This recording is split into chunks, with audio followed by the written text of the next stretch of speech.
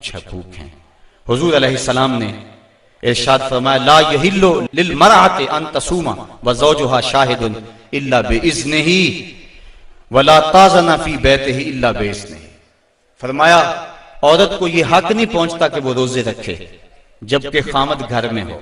نفلی روزہ رکھنا اگر عورت کو ہو تو وہ خامد سے پوچھ کے رکھے گی، خامد کی اجازت اور اذن کے بغیر عورت روزہ بھی نہیں رکھ سکتی، چونکہ خامد کی رضا کا حاصل کرنا عورت کے لیے بہتر نفلی عبادت ہے۔ اس لیے اگر خامد راضی نہیں ہے تو روزہ نہ رکھے، راضی ہے تو رکھ لے۔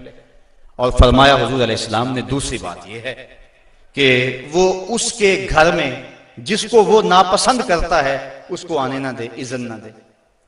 اور ایک حدیث کے اندر یہ لفظ ہیں کہ حضور علیہ السلام نے ارشاد فرمایا کہ وہ خامند کے بستر کو روندنے نہ دے۔ یعنی خامند جس بستر پہ بیٹھتا ہے، سوتا ہے، آرام کرتا ہے، اس بستر پہ کسی کو نہ چڑھنے دے۔ اور اس پر حضرت ام حبیبہ رضی اللہ تعالی عنہا کا عمل ہمارے سامنے ہے۔ یہ ابو سفیان کی بیٹی ہیں اور حضور پر حضرت ام حبیبہ ایمان لے آتی ہیں، ان کا شوہر بھی ایمان لے آتا ہے۔ جب ہجرت حبشہ ہوئی تو یہ دونوں میاں بیوی حبشہ کی طرف ہجرت کر گئے۔ کچھ عرصہ وہاں گزرا۔ ایک دن حضرت ام حبیبہ سوئیں تو خواب دیکھا ہے کہ میرے خامد کا چہرہ بدل گیا، تو سخت پریشان ہوئی۔ صبح اٹھی تو پتہ چلا کہ خامد عیسائی ہو گیا، کسی عیسائی کے پاس بیٹھنا اٹھنا تھا تو اس نے اپنا دین بدل لیا۔ تو حضرت ام حبیبہ رضی اللہ تعالیٰ عنہ الگ ہو گئی۔ کچھ عرصے کے بعد خامد بھی فوت ہو گیا۔ اب وہاں پردیس میں سارے جہان کو چھوڑ کر وہاں گھر بس آیا تھا تو وہاں وہ تنہا ہو گئی، تو سخت پریشان تھی۔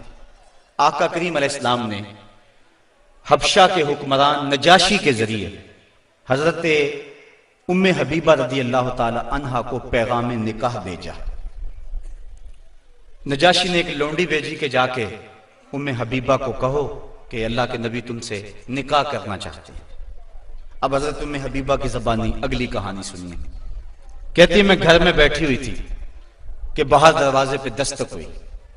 میں نے دروازہ کھولا تو ایک خاتون کھڑی تھی، میں نے اس کو بٹھایا تو وہ کہنے لگی میں نجاشی کی سمت سے آئی ہوں، اللہ کے محبوب صلی اللہ علیہ وسلم نے تجھے نکاح کا پیغام بھیجا ہے۔